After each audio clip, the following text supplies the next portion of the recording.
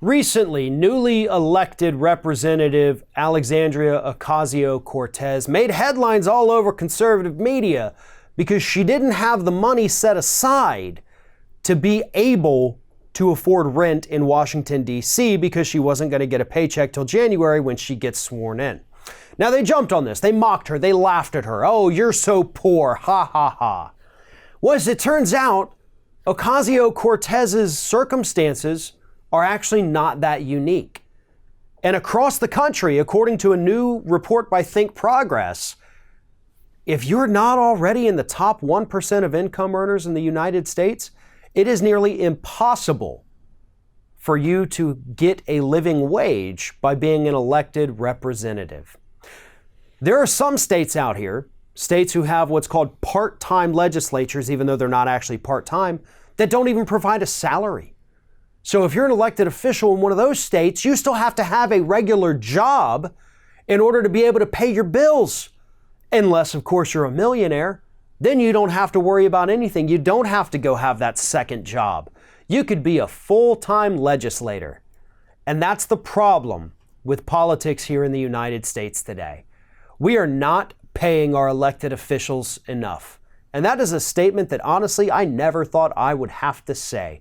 But after reading this report, and honestly I encourage everyone to read it, there is a link to it in the description of this video. It is worth your time. Because our government right now is not being run by people who understand the struggles of average American citizens. It is being run by millionaires and billionaires, or people who are almost millionaires and billionaires. This is at the local level, it's at the state level, and as we've seen recently, this is at the federal level. We are not paying these people enough. Because if we had living wages for these folks, we would be able to see more people run for office without having to worry about, well, I'd love to be a representative. I'm well liked and well known in my community. I do a lot of good.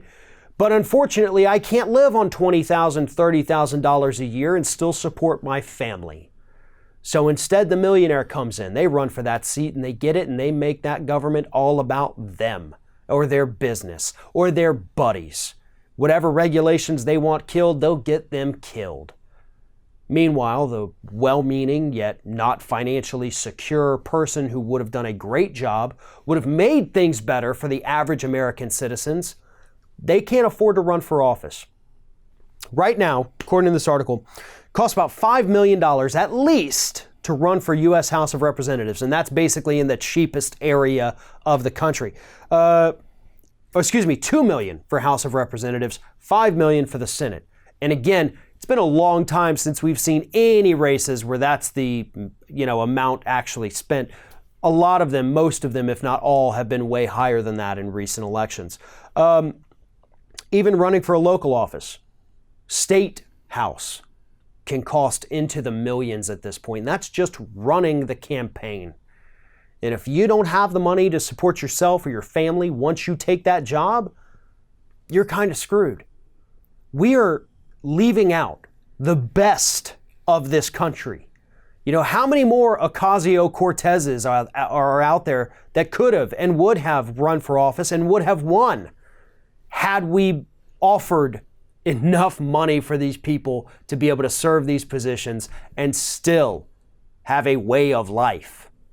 But instead, we're starving these positions of money. Again, some areas don't even pay their elected officials.